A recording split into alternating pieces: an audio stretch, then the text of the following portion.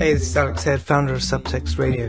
This is Subtext. Please go ahead and click the like button and the subscribe button. It really helps us to reach new audiences and promote the artists that we work with. Hit like and hit subscribe.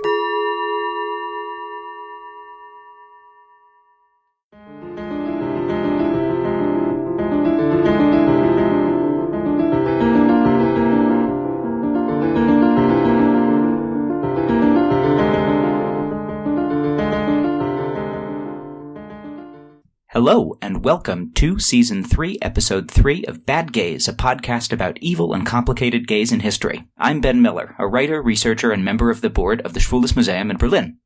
And I'm Hugh Lemmey, a writer and author.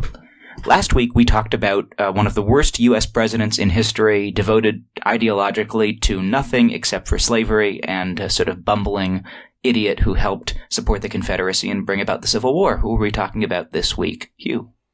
Well, as has become an occasional tradition, I'd like to start my profile today with a poem, or part of one. As I lay asleep in Italy, there came a voice from over the sea, and with great power it forth led me to walk in visions of poesy. I met murder on the way. He had a mask like Castlereagh. Very smooth he looked, yet grim. 7 bloodhounds followed him. All were fat, and well they might be in admirable plight. For 1 by 1 and 2 by 2 he tossed them human hearts to chew, from which from his wide cloak he drew, yet came fraud, and he had on, like Eldon, an ermined gown. His big tears, for he wept well, turned to millstones as they fell, and the little children who round his feet played to and fro, thinking every tear a gem, had their brains knocked out by them. Well, that sounds unpleasant. Yeah. Well, those are the first 5 stanzas of The Mask of Anarchy, a satirical campaigning poem by the Romantic poet Percy Bysshe Shelley about the attack in 1819 of the Manchester and Salford Yeomanry against 60,000 working-class Lancastrians who had gathered to hear the radical orator Henry Hunt speak in St. Peter's Field, Manchester. 700 of the men, women and children peacefully gathered to fight for their political and economic rights that day were cut down by the sabres of the Yeomanry, and 18 died. The massacre became known as the Peterloo Massacre, riffing off the name of the field, and also the Battle of Waterloo, a pivotal British victory in the Napoleonic Wars that had occurred just 4 years before. Indeed, many in attendance had fought in the battle, only to arrive home to political repression and economic depression, as well as crippling corn laws that pushed many British subjects into poverty and famine.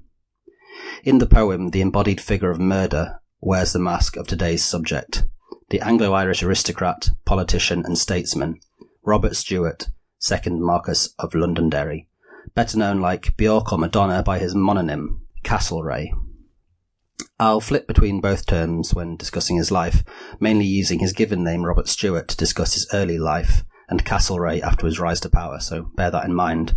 Robert Stewart is Castlereagh. Robert Stewart was born on the 18th of June 1769 to Robert and Sarah Stewart, a rich landowning family, Protestants who owned land in Ulster. Regular listeners might remember we discussed the colonisation of Ulster in our episode on Bad Gay James VI and I, and many of the key issues of Castlereagh's political career, such as the fear of Catholic influence, rebellion in Ireland, colonisation and urbanisation, are the consequences of decisions made during James's rule, almost 2 centuries earlier. Indeed, his family on his father's side were Scots-Irish, who had taken part in the colonisation of Ulster under James, while his maternal grandfather was Lord Lieutenant of Ireland. And on his mother's side, he was related to both Charles II and to James's lover, you might remember, George Villiers, the Duke of Buckingham. So far, so British, so inbred. Yes, once again, we have our favourite character, the very good and normal sex and gender politics of the British ruling class. I think it's also interesting to note that James Buchanan in our last episode was also descended from Ulster Scots, so... Yeah, that's correct, yeah.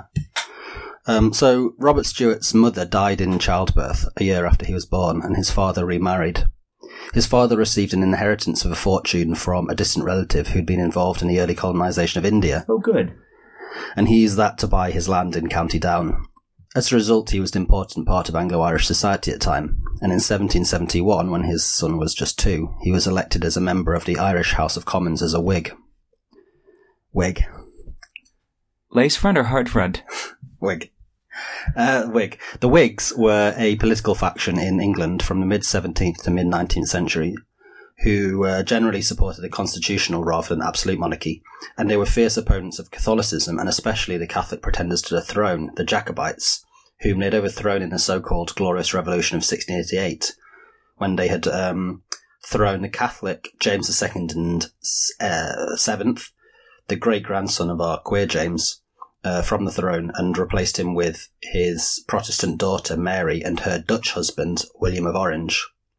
The resulting century of anti-Catholic repression became an obsession of British politics.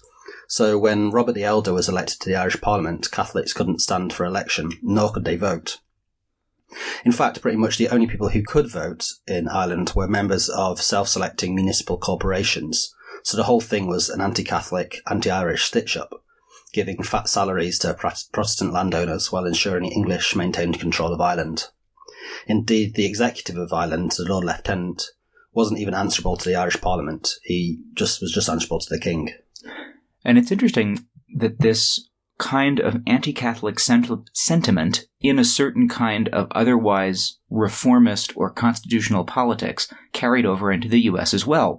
The Know-Nothings, who we were talking about a little bit in last week's episode about Buchanan, were also an anti-Catholic force and were related to the American Whigs, and sort of along with the American Whigs were one of the political forces that ended up being sort of folded into the anti-slavery Republican Party.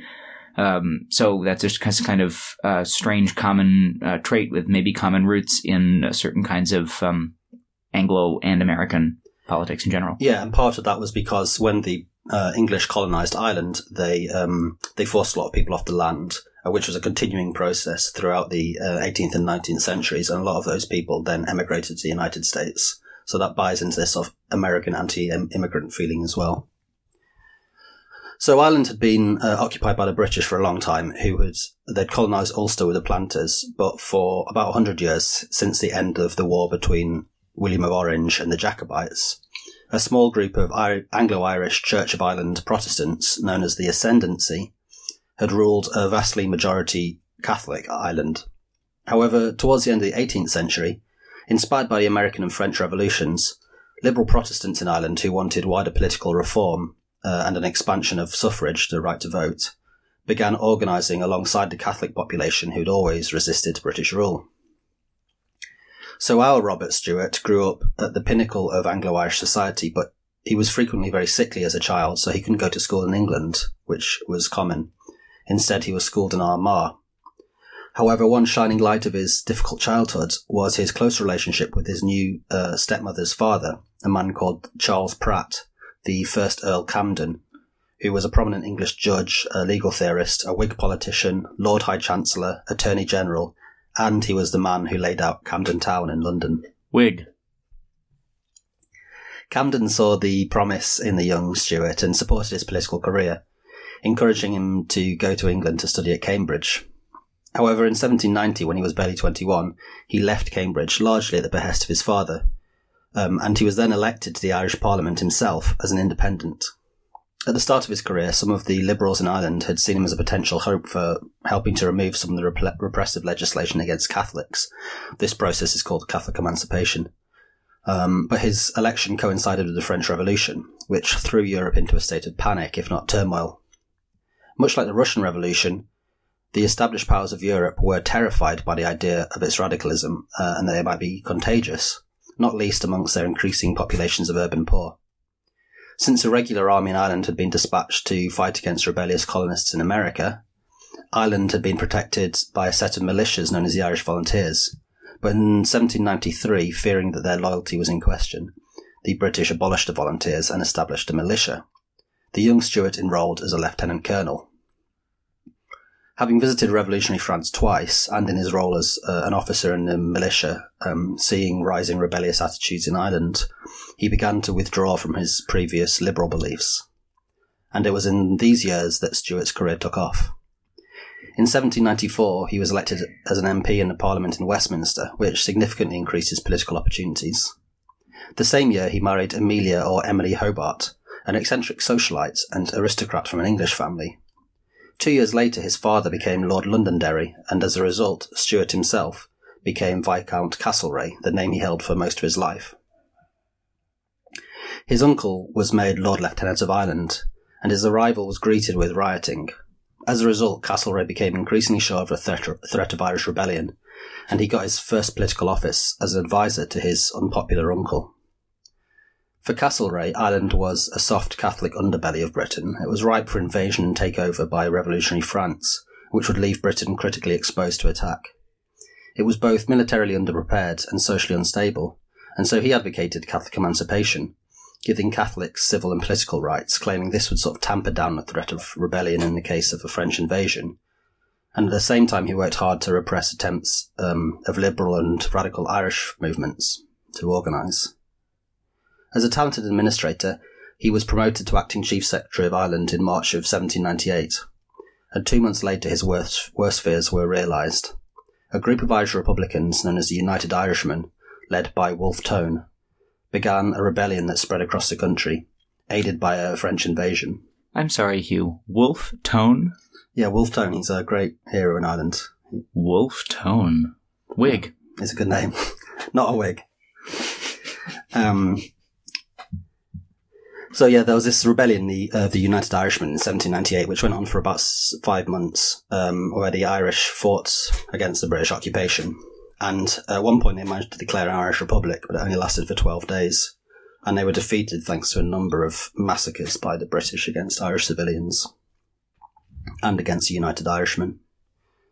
Castlereagh realised that faced with the threat of the revolutionary and secular France, the Catholic Church was not necessarily a sworn enemy, but could be a counter-revolutionary ally. We've heard that before. So as a result, his response to the Irish Rebellion was to advocate for an act of union between the kingdoms of Great Britain and Ireland. So up until then, Ireland had been ruled as like a personal union between the King of Great Britain, whereas who ruled Great Britain and Ireland. And an act of union would entail the nations being joined together into a single united kingdom with a single parliament in Westminster, in London. And at this point, Castlereagh showed the expertise in realpolitik for which he'd become famous, because he helped Prime Minister Pitt the Younger to campaign for the Union. And to the British Protestants, he warned that if you had separate parliaments, there'd be a risk that Irish Catholics would be emancipated, and then they'd create a Catholic government in Ireland that would break from Britain. But then to the Irish, he promised an end to the rule of the Protestant ascendancy, because Catholics would be allowed to stand and sit for the United Kingdom Parliament. And also then to Catholics, he said that the threat of a French-style secular government would be removed if it had the protection of the United Kingdom of Great Britain and Ireland. So there was this huge campaign that he organised, which was mainly a campaign of organised corruption on this massive scale.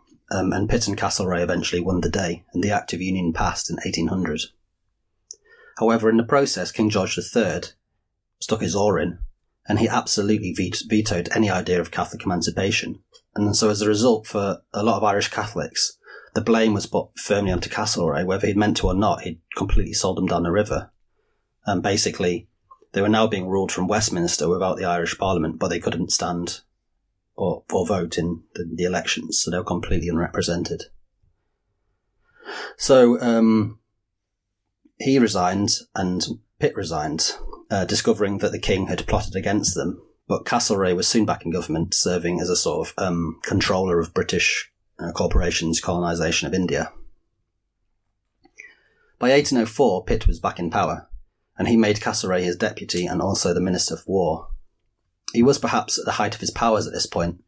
With Pitt's health failing, Castlereagh took on much of the responsibility for British policy.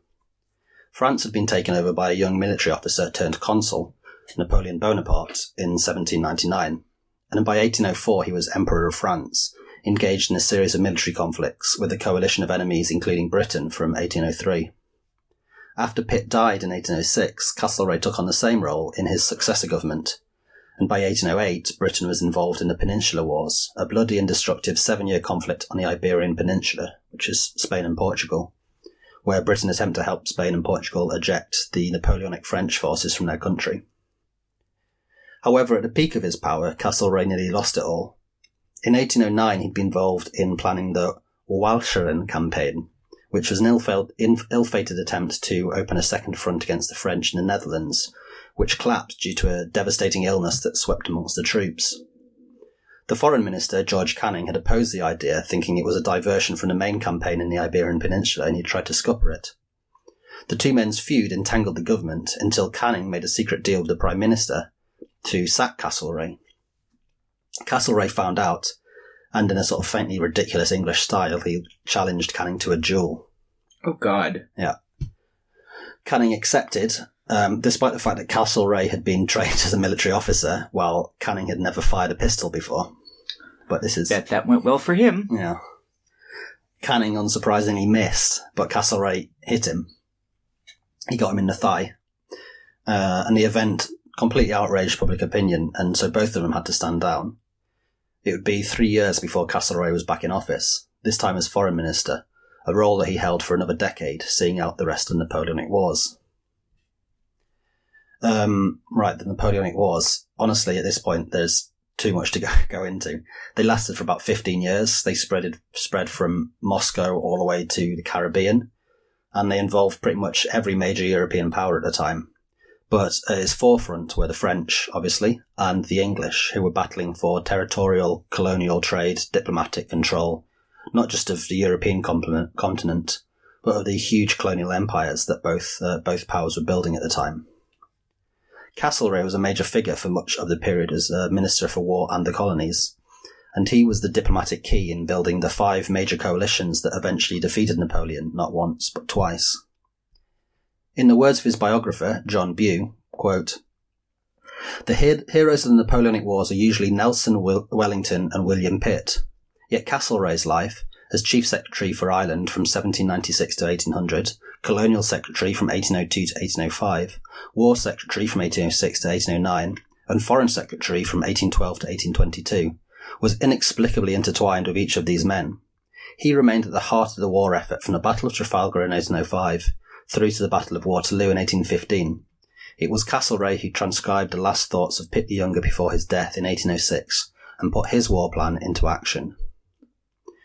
The diplomatic system that followed the wars was also largely Castlereagh's invention, including the agreements that were made at the Congress of Vienna, a system of collective security that is the forerunner of today's modern collective security organisations such as NATO and the EU. The end of the Napoleonic Wars was almost as disruptive for British society as their start. In 1815, Parliament imposed the first of the Corn Laws, protectionist policies designed to keep prices high for domestic farmers and landowners. This pushed prices for bread, the staple of the poor, up, a situation that was exacerbated by failed harvests in 1816 following the 1815 eruption of Mount Tambora in Indonesia. Global weather suffered a series of anomalies that resulted in famine in 1816, which was also thought to have contributed to a major typhus outbreak in 1819. Lancashire was the heart of a rapidly growing industrial sector, especially in the production of cotton, and working conditions and urbanisation led to a terrible life for newly proletarianised workers. However, there was virtually no political representation for those who laboured in Lancashire's mills. Not only was the right to vote reserved only for landowners, but parliamentary constituencies were still essentially medieval. Kings had created seats for tiny constituencies just to give their favourites a job. We've heard about that before. While rapid urbanisation had created these new massive urban centres in previously agricultural counties with only a few MPs. As a result, the borough of Dunwich elected 2 MPs, despite having literally been washed into the sea and having only 232 inhabitants left. While the constituency of Lancashire, which included the new mill towns of Manchester, Bolton, Salford, Blackburn, Oldham and Rochdale, and more than 1 million inhabitants, also returned 2 MPs. That sounds like the US Senate. Yeah. It was called the Rotten Boroughs. This combination made Manchester the home of a nascent radical workers' movement, helped along by the new radical newspaper, the Manchester Observer. Workers began organising mass meetings of thousands of working people in the city, addressed by radical orators such as Henry Hunt. In August 1819, the founders of the Observer invited Hunt back to St. Petersfield to address a crowd on the need for political reform. Having been mocked by middle-class commentators for their scruffy, unkempt demeanour, the organisers were keen to have the crowd well turned out, and so they began training workers in marching. This was interpreted by local magistrates as military drilling, and they began to fear insurrection from the hungry and disgruntled workers. Yeah. Thanks for that, Ben. The town's bourgeoisie organised a military response. 600 hussars were drafted in, alongside 400 special constables, 400 men of the Cheshire Yeomanry, the Royal Horse Artillery with 2 6-pounder artillery guns, and crucially the Manchester and Salford Yeomanry. These were basically gammon on horseback, pissed up reactionary bullies. They were described in The Observer as, quote, generally speaking, the fawning dependents of the great, with a few fools and a greater proportion of coxcombs, who imagined they acquired considerable importance by wearing regimentals. They were subsequently variously described as younger members of the Tory party in arms. Sounds about right. As Hunt arrived, he was greeted by maybe 80,000 marchers, who welcomed him enthusiastically. Watching from a pub on the edge of the field, local landowner and magistrate, same job, William Hulton, issued a warrant for the arrest of the speakers. As the special constables could not make their way through the packed crowd to deliver the warrant, Hulton delivered further messages to both the yeomanry and the hussars. The yeomanry, who were sort of pissed up and already on their horses, led a charge into the crowd, followed by the hussars, sabres drawn. Unable to escape due to the exits being blocked by soldiers with drawn bayonets, hundreds were crushed or cut down by the marauding men. Afterwards, John Lees, a textile worker who was a veteran of Waterloo, said, "At Waterloo there was man to man, but there it was downright murder." Lees later died of his injuries. After the massacre, the government knew who was to blame and on whom to crack down. They instituted a series of repressive measures against reform organisers, journalists and workers, with a series of laws known as the 6 Acts. These laws included, among other things, a ban on military-style drilling by civilians, the right to search property for arms, reductions on the right to bail, and major restrictions of the right to assembly. On top of that, it increased the powers of the state to suppress journalism, including a new 4-penny duty on newspapers that put them out of the reach of the masses of working people. Although the Acts were devised by Lord Sidmouth, it was Castlereagh who put them before Parliament, saying it was, in his opinion, utterly impossible for the mind of man long to withstand the torrent of criminal and seductive reasoning which was now incessantly poured out to the lower orders. So you can see how the shift, not just in Castlereagh's political thinking here, but also in the whole government response to political unrest. In The Making of the English Working Class, E.P. Thompson writes, "In 1795, Pitt could present himself as defending the Constitution against French innovation. In 1819, Liverpool, Sidmouth, Eldon and Castlereagh were seen as men intent upon displacing constitutional rights by despotic continental rule." But indeed, the working class were on the edge of revolt, and the following year the Cato Street conspiracy, which was a plot to kill the entire cabinet, was discovered. A key part of the plot was said to be the beheading of Castlereagh, with his head to be put on a pike. By this point, he was one of the most hated men in Britain. I know what you're thinking, Ben. Bad, yes, but where does the faggotry come in? Well, by all accounts, his marriage to Amelia was happy, although the two did have a reputation for being eccentric hosts. I will also say that Amelia Hobart Castlereagh is a canonically gay name, and I look forward to a very lushly costumed BBC miniseries starring Laura Dern. Laura Dern. Laura Dern. Well, they never had any children, but that doesn't mean anything, let's be fair. Well, and the other thing is, we're always saying that there were no gay people before 1869. There were also no straight people before 1869. Yeah. And as we all know, marriage meant very different things back then. And how could we possibly say they were in love? We just know that they were married. Well, let's talk a bit more about homosexuality in England, and specifically in London at the time. There was a confluence of factors that had made sodomy a hot topic. First of all, the wars with France and the fear of invasion had attending it a fear of moral decline, and sodomy was very much part of that, known as the French vice. At the same time, you had this rapid urbanisation that was leading to new habits and opportunities within cities, not least the rise of the Molly House. The Molly House was an informal meeting place for queer people, mainly what we'd now describe as gay men. They weren't necessarily brothels, although prostitution was definitely very present and visible. They were a cross between a coffee shop, a gay bar, a club, and a sex club, perhaps. Sounds fun. Yeah, sounds fun, yeah. Should we go to one later? Yeah, they bring back the Molly House. Sometimes they were in taverns or in private houses, and there were places for queers to meet, and where they could hire private rooms for sex. They also held elaborate social rituals, including parodic or maybe sincere marriages, and fake birthing rituals, where men would be assigned as midwives. In the trial for sodomy of one John Church at the time, it was alleged that during the birthing process, a pair of bellows was used to expel a whole Cheshire cheese that was acting as the baby.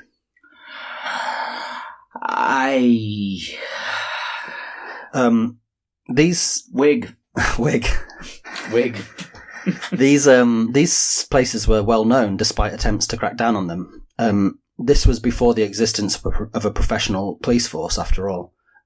They were mainly located around the West End or near Lincoln's Inn Fields.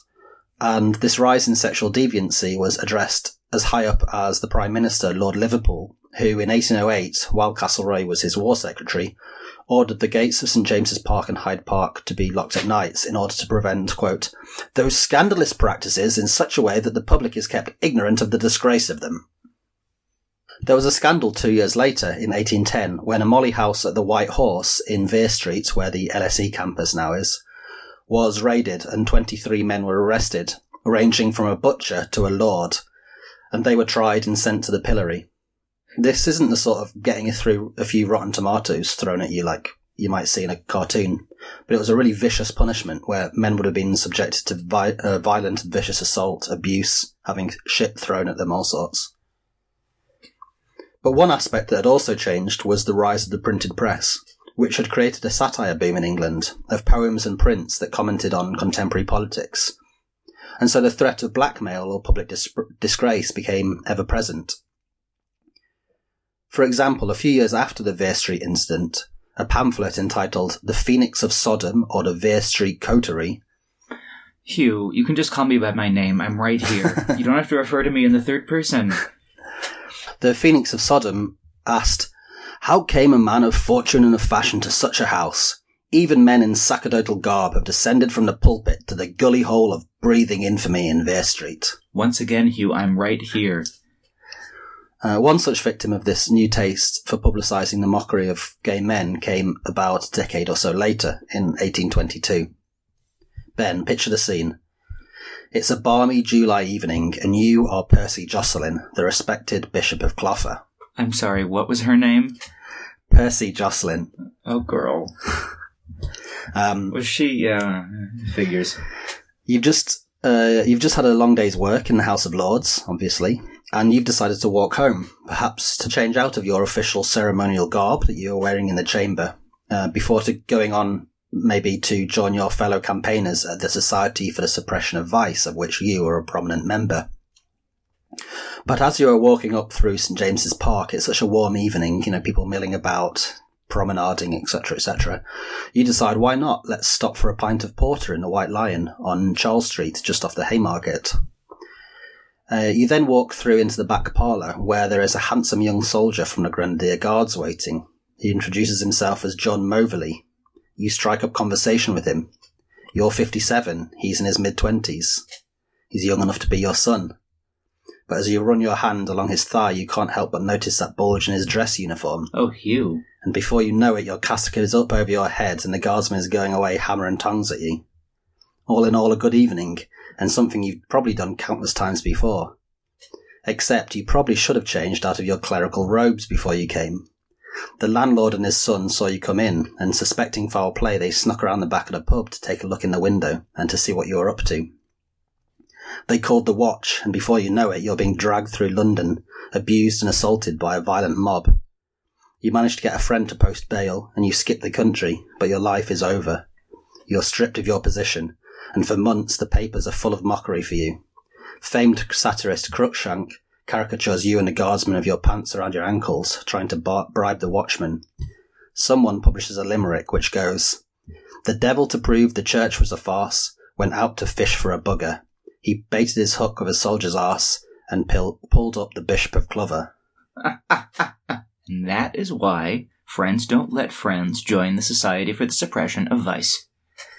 People start calling you the Arse Bishop. Again, Hugh, I'm right here. the Archbishop Ben Miller. Oh. Right, Reverend.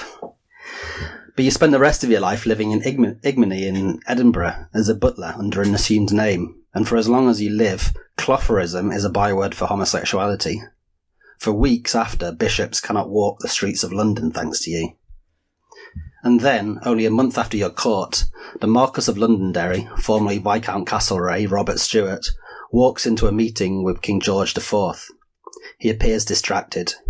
He mentions he thinks he's being watched, followed by a servant. And then he makes a shocking admission to the king. Police officers have been sent to arrest me. I am accused of the same crime as the Bishop of Clogher. Wig. Castlereagh's friends were obviously concerned. Wellington implored Castlereagh's physician, Dr. Bankhead, to visit him that weekend after he'd visited Wellington in tears, asking him if he'd heard any rumours about it. Castlereagh was sure that he was being blackmailed, yet he resisted all attempts to alert the authorities. Instead, he seemed to drift into a paranoid panic. Bankhead bled him, which was a common medical practice at the time, like, what are they called? Leeches. Leeches, yeah. Tories. Just call them Tories. But unsurprisingly, it didn't really help.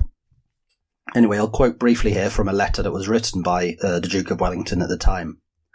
It appears to me that his mind and body have been overpowered by the work of the session, and that he is at this moment in a state of mental delusion. Raise your hands for every time your mind and body have been overpowered by the session. Sorry, I'll stop making these jokes now. He took me into his house to talk to me about the same story that he told to you and to Lord Liverpool. And, strange to say, he imagined from my manner at the last cabinet, and afterwards walking home with him, that I had heard of something against him and believed it.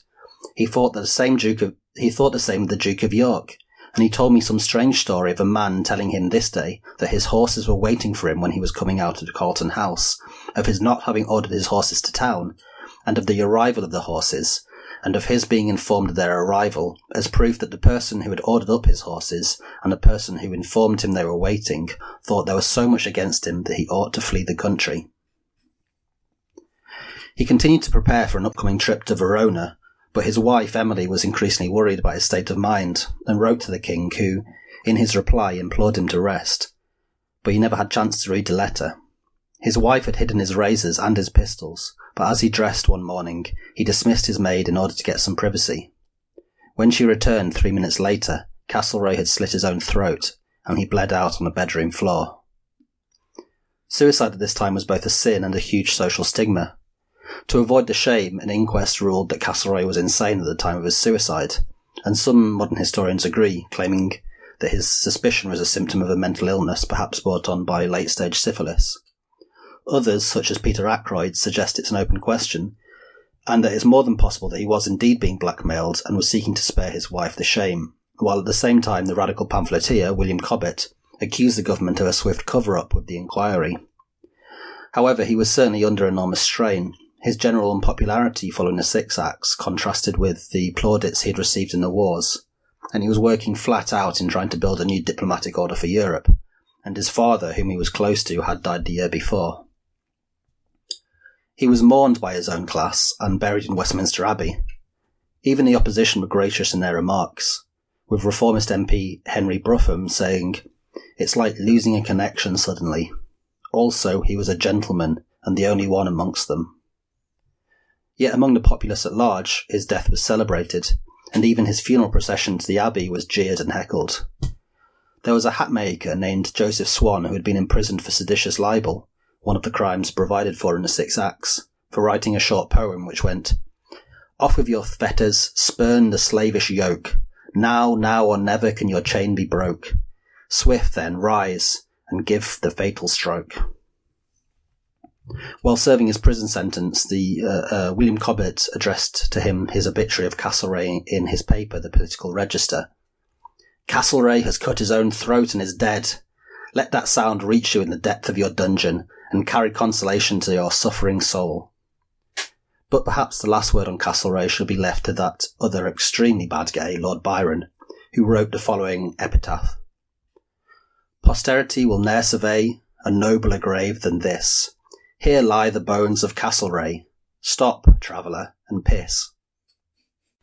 We're on season 3 of our show, and we can't believe how much support we get from our listeners. Thank you so much to those of you who already support our Patreon.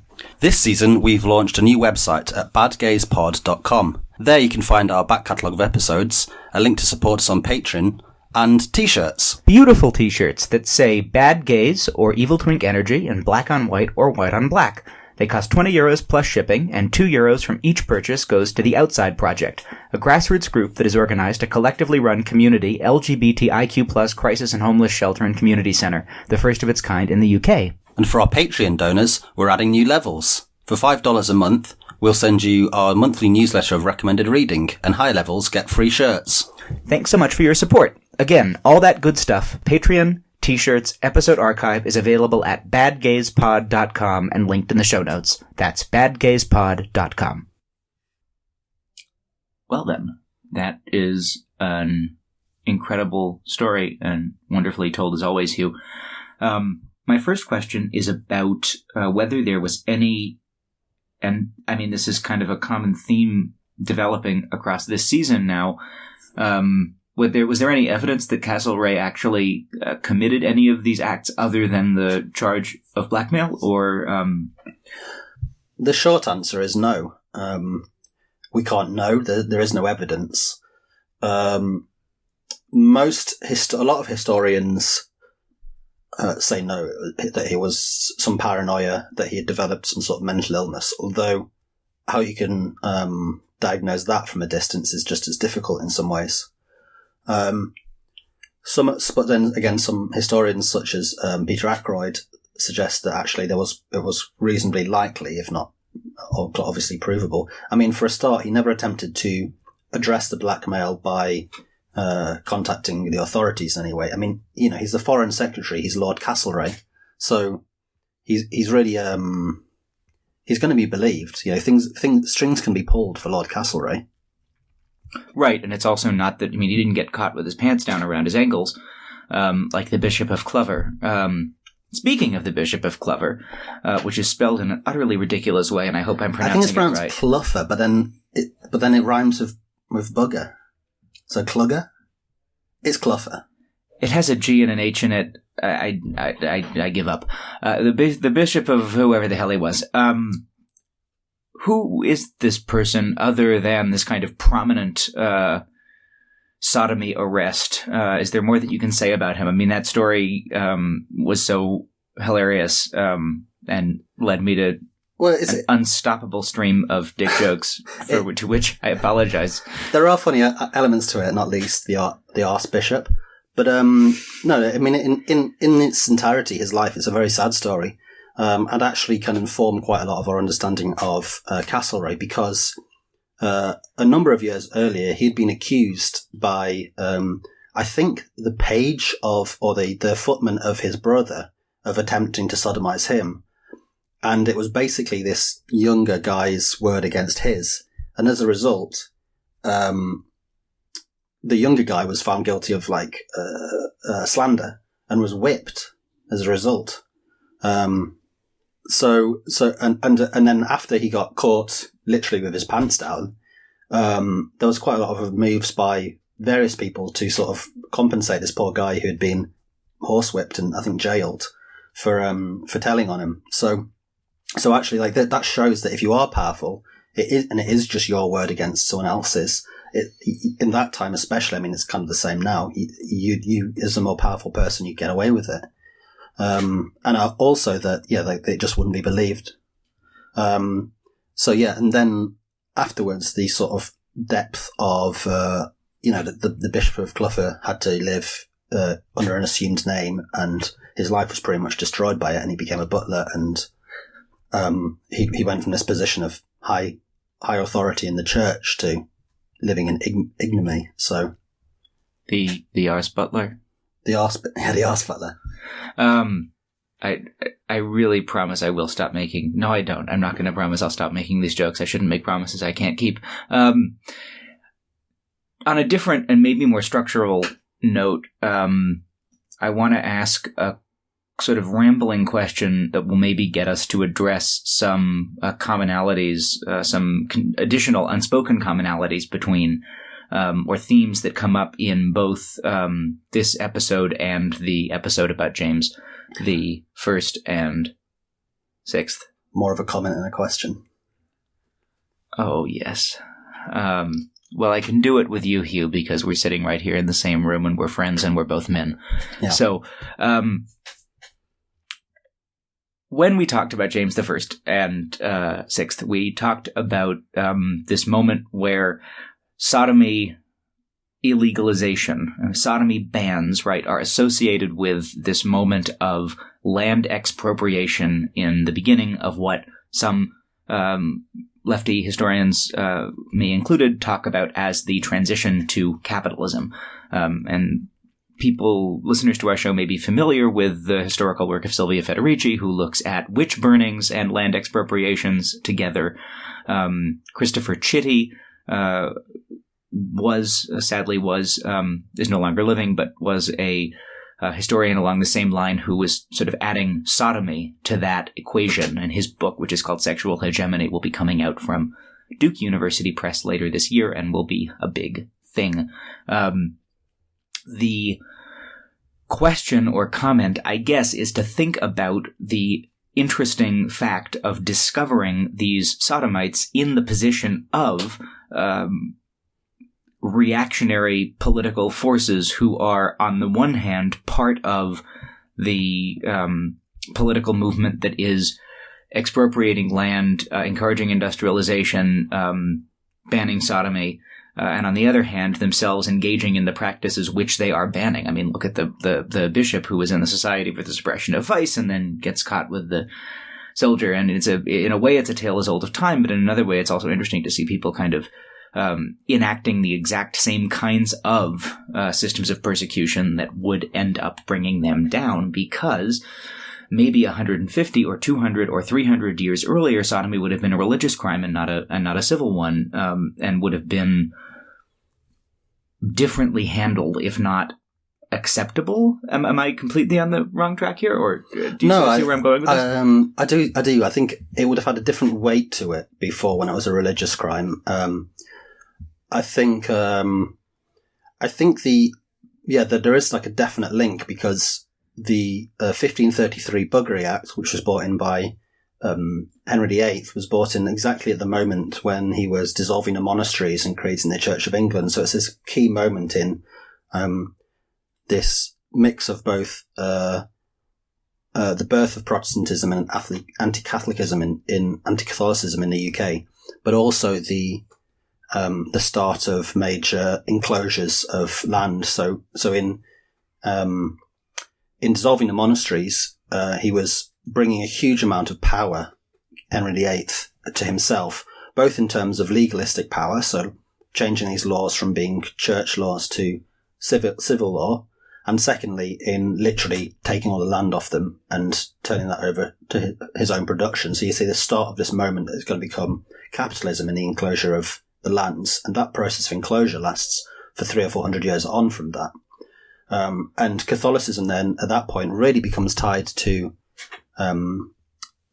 sodomy, because one of the justifications he has for dissolving the monasteries is this, that he says they become this sort of den of vice, which is a very popular understanding of the monarchy, of the monasteries at the time, that, they have these powerful all-male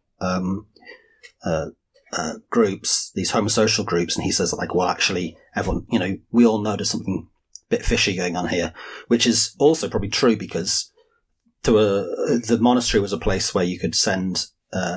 There's an argument that the church at the time and monasteries were a place where your non-productive kid, the last son you have, for example, he's not going to inherit the land. There's no more land for him to inherit. Let's send him to the monastery. He's a bit weird. He's not going to have a good job here, etc., etc. He's a bit, Yeah.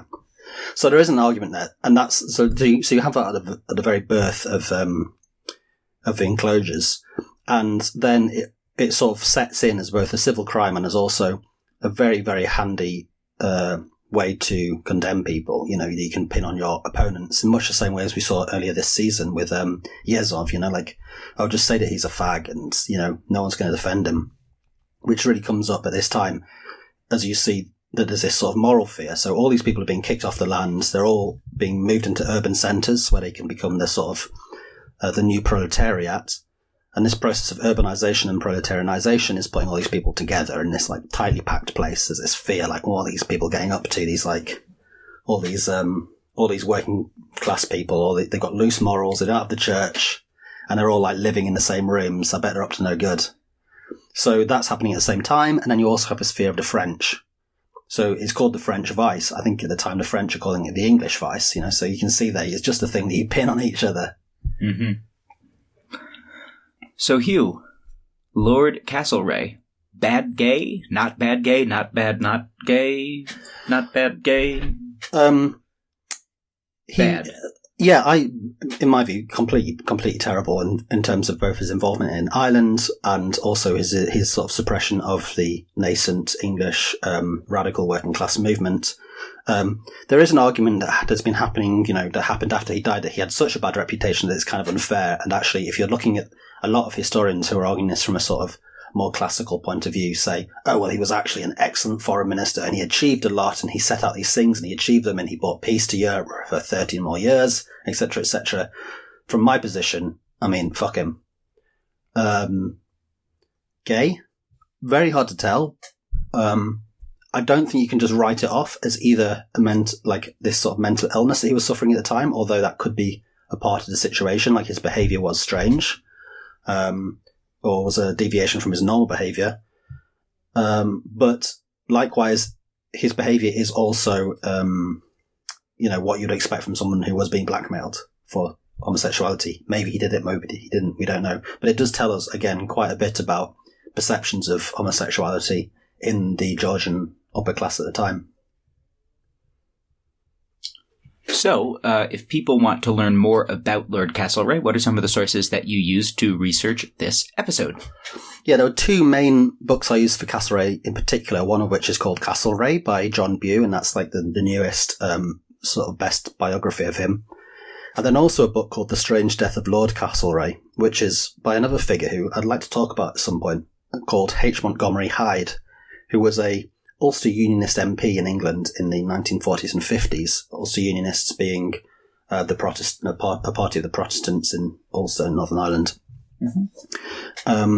who was one of the people who was the main architects of homosexual law reform in the UK, and he became he lost his position within the Ulster Unionist Party, and his sort of political career was destroyed by this sort of moral principle he had that homosexuals deserve rights.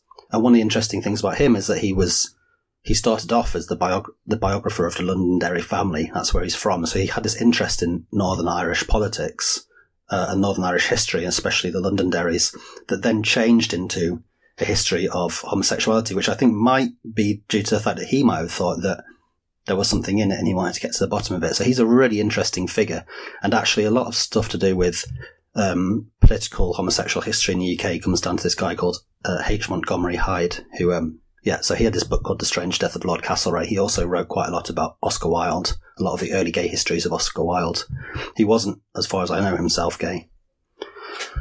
And then other books I looked at in the process were The Jewel in European History by Victor Kiernan, which is a sort of Marxist history of the Jewel, which is really interesting. The Making of the English Working Class by E.P. Thompson, which should be number one on our reading list in general. Should be number one on everyone's reading list. A great book. And Queer City, Gay London from the Romans to the Present Day by Peter Ackroyd. And I also looked through a lot of writing by our old friend online, Richter Norton.